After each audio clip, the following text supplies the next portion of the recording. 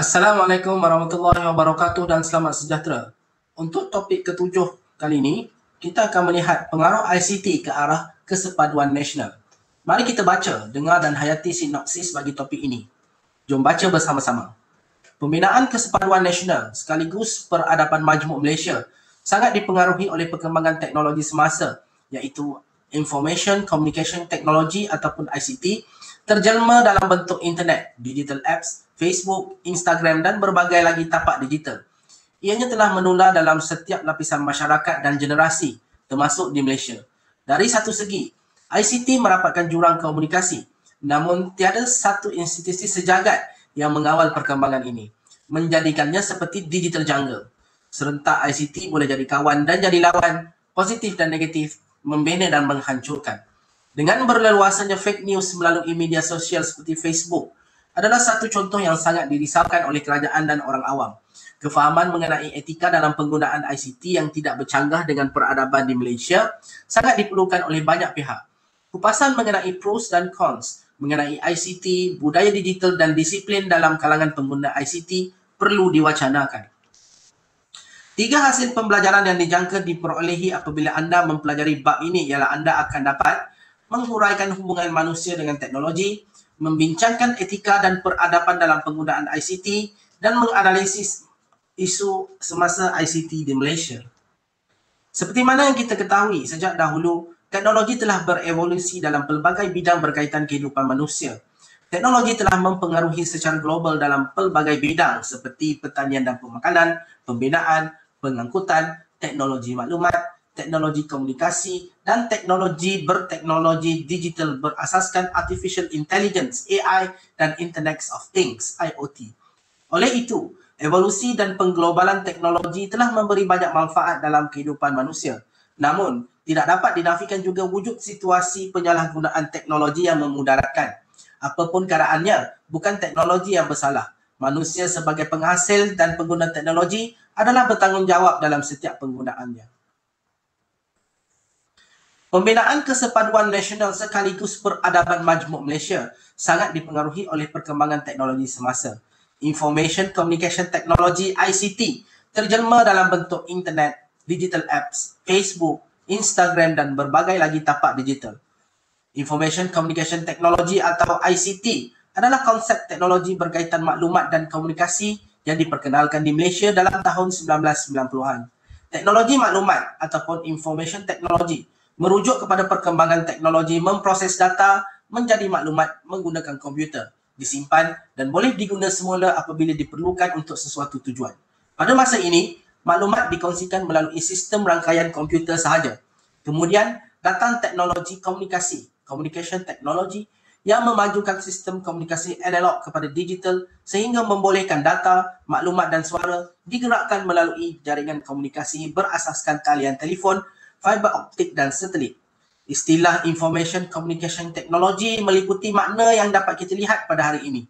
Bagaimana bentuk apps transaksi dan komunikasi berasaskan platform internet dan digital muncul dalam peranti smartphone sebagai pengantara teknologi maklumat dan komunikasi terkini. Hasilnya, manusia kini menggunakan pelbagai apps dan grup media sosial untuk menjalani sesuatu bentuk kehidupan baru. Tahukah anda bahawa perancangan pengembangan teknologi di negara kita bukanlah baru?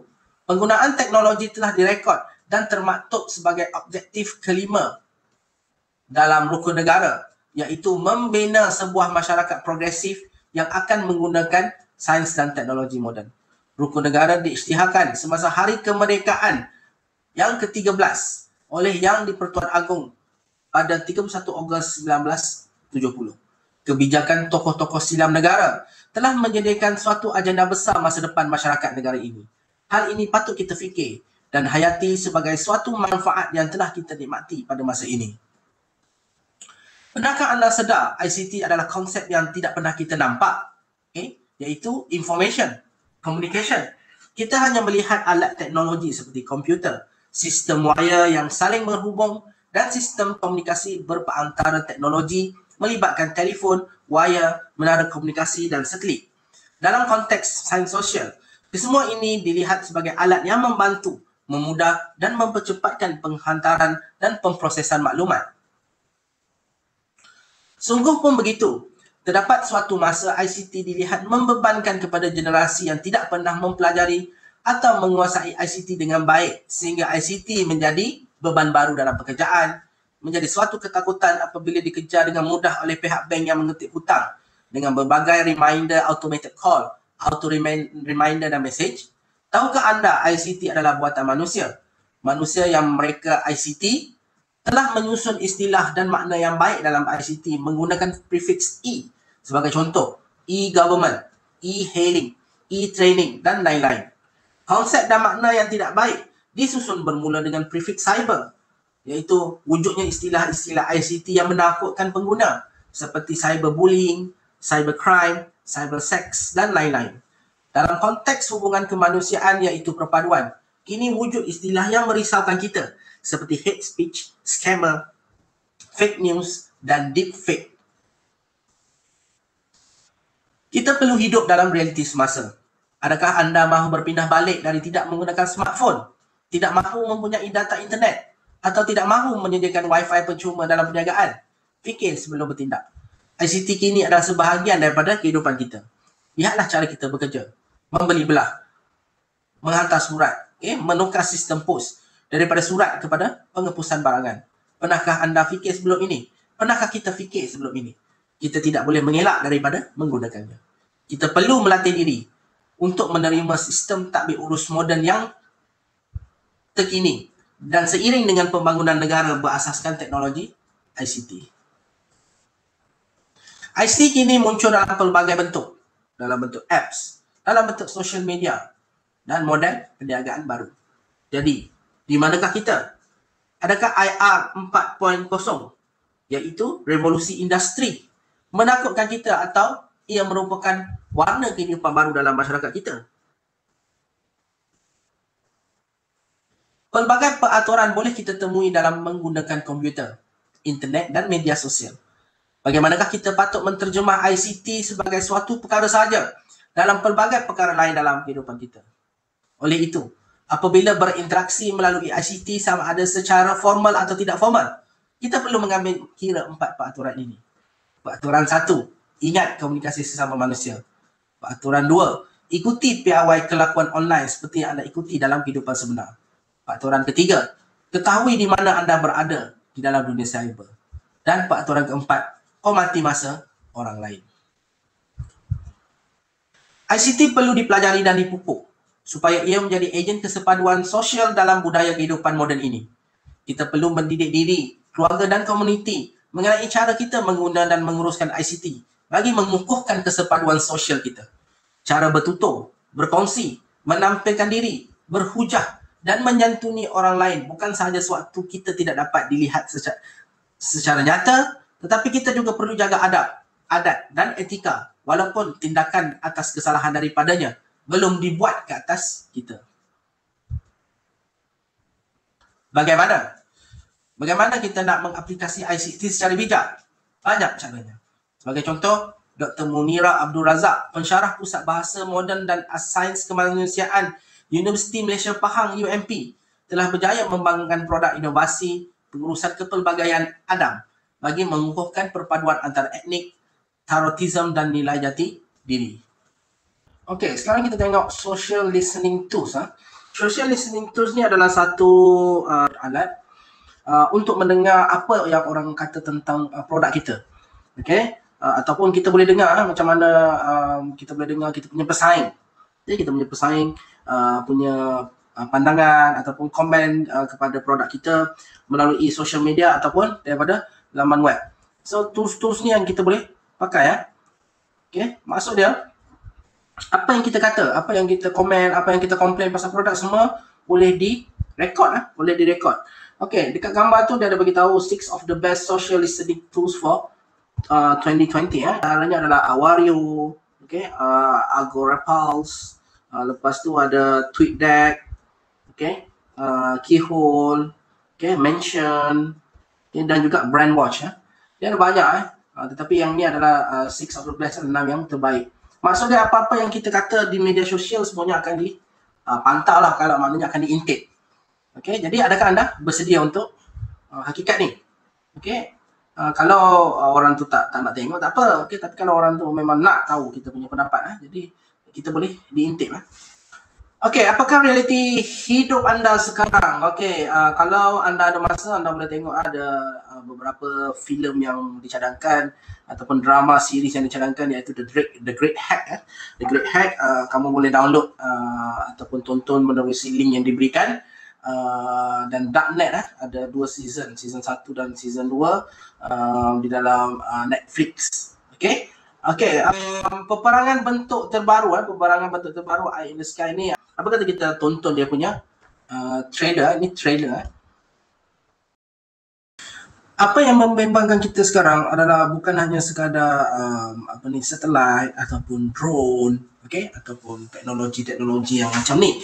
Okey, yang paling menakutkan ialah fake news.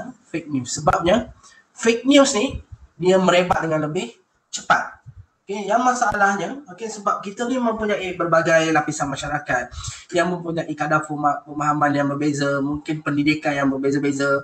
Jadi tahap kepercayaan ataupun tahap penerimaan maklumat ini adalah berbeza-beza. Okay, ada yang membuat kajian dulu sebelum mempercayai, ada yang mempercayai secara bulat-bulat. Okay, jadi ianya sebenarnya lebih berbahaya. Dan sebenarnya fake news ni, dia ada yang disebarkan oleh robot, dan ada yang disebarkan oleh manusia. Yang berbahaya sekarang ni adalah yang disebarkan oleh manusia. Sebabnya manusia ni, you faham sendiri, bila dia dapat maklumat, ada yang ada sindrom first tu kan, saya first yang sebarkan maklumat. So kadang-kadang ada orang ni dia ada rasa bangga apabila dapat menyebarkan maklumat buat pertama kali, tidak kira sama ada benda tu palsu ataupun benda tu benar. Jadi fake news ni juga adalah satu keadaan yang membimbangkan. Tambahan pula dengan sekarang ni ICT yang semakin moden. Okey, ini adalah mungkin ada yang tahu dan ada yang belum tahu. Jadi mungkin kita boleh tonton sekejap, ya. You know this footage. I shall resign the presidency effective at noon tomorrow. But what about this? I will not be resigning the presidency at noon tomorrow because I am not Richard Nixon. In fact, I'm Jake Ward. I'm a television correspondent. And the fact that my face can be put onto the late presidents and do a pretty good job of fooling you, well, that's a sign of just how much trouble we're all in. You see, I would never say these things. Someone else would. Someone like Jordan Peele. Made by a hostile nation, just for laughs? It doesn't matter. Deepfakes are good enough to fool anyone. So good that Twitter, Facebook, Google, and both political parties are scrambling for ways to fight them. I believe that this is the next wave of attacks against America and Western democracies. Hadi Farid is one of the world's top experts on deepfakes. And now, Facebook has come to him, even though he's a vocal critic of the company, to help it develop tools for detecting deepfakes. We all have these little tics, if you will. Hi, everybody. Hi, everybody. Hi, everybody. The trick is teaching computers to spot patterns in how public figures speak. President Trump, when he puckers his chin, his mouth is closed, and when his mouth is open, he doesn't pucker the chin. Wow, so this pattern is his fingerprint. Exactly. Farid's algorithm is built to help researchers and news organizations like NBC spot deepfakes of candidates in the 2020 presidential race by learning their patterns. And every candidate, Senator Warren, Joe Biden, right. They all have their own little tells. Farid says his system is a temporary victory in an endless war between hackers, journalists, and academics. To preserve our trust in real footage, Farid says companies should build phones that digitally watermark what we shoot, so it's easy to see what's been altered. I actually would like to see the Apples and the Androids of the world eventually incorporate this into the native app. So you're talking about not just authenticating video after it's been shot, you have to authenticate the camera. Exactly. A warning as fake footage of public figures goes viral. Vice President Ford will be sworn in as president. Pictures may no longer speak for themselves.